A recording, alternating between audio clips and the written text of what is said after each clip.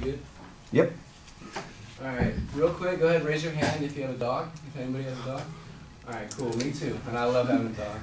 And so there's a quote by Caitlin that says, diplomacy is the art of saying nice doggy till you can find a rock. And so I'm going to go ahead and explain to you guys why dogs are great to have.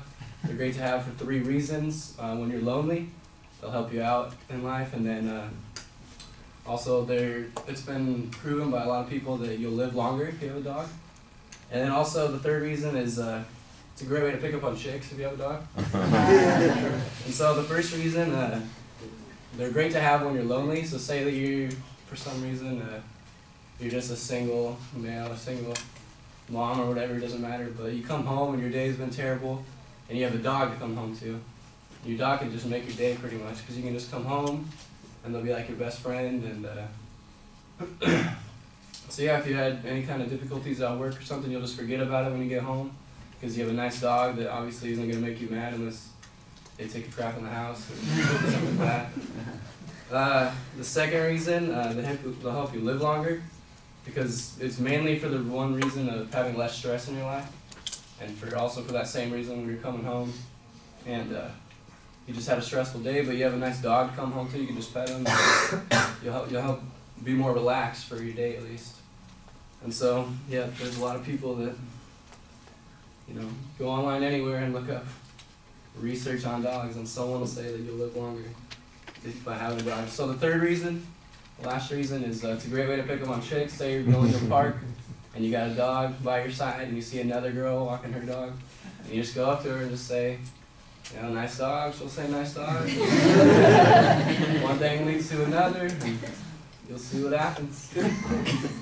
So yeah, these 3 reasons should provide you guys with lots of information on if you don't have a dog, you should definitely get one. And hopefully you've been a little bit more informed on why having a dog is a great way to benefit you in life. Thank you. My quote is nothing about dogs.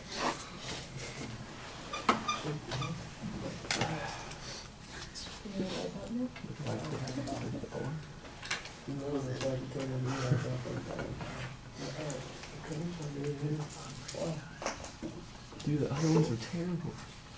I think I got the worst set of quotes. I'm sure they're all brilliant. The other one was about dying. I'm not talking about dying. And then gluttony, I don't even know what that is. Gluttony? Yeah, what is that?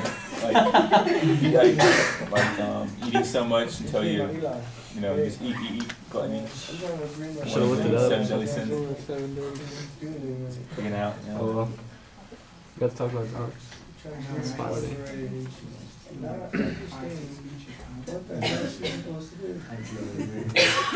Couldn't really get much for each point.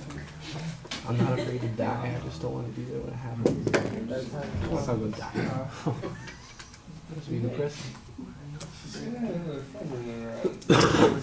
Just don't want to say it didn't help that I barely have a voice right now.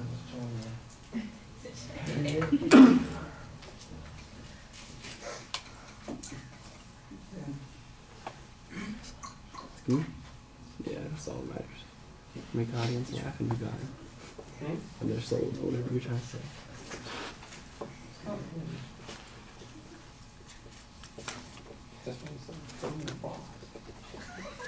Figure it out.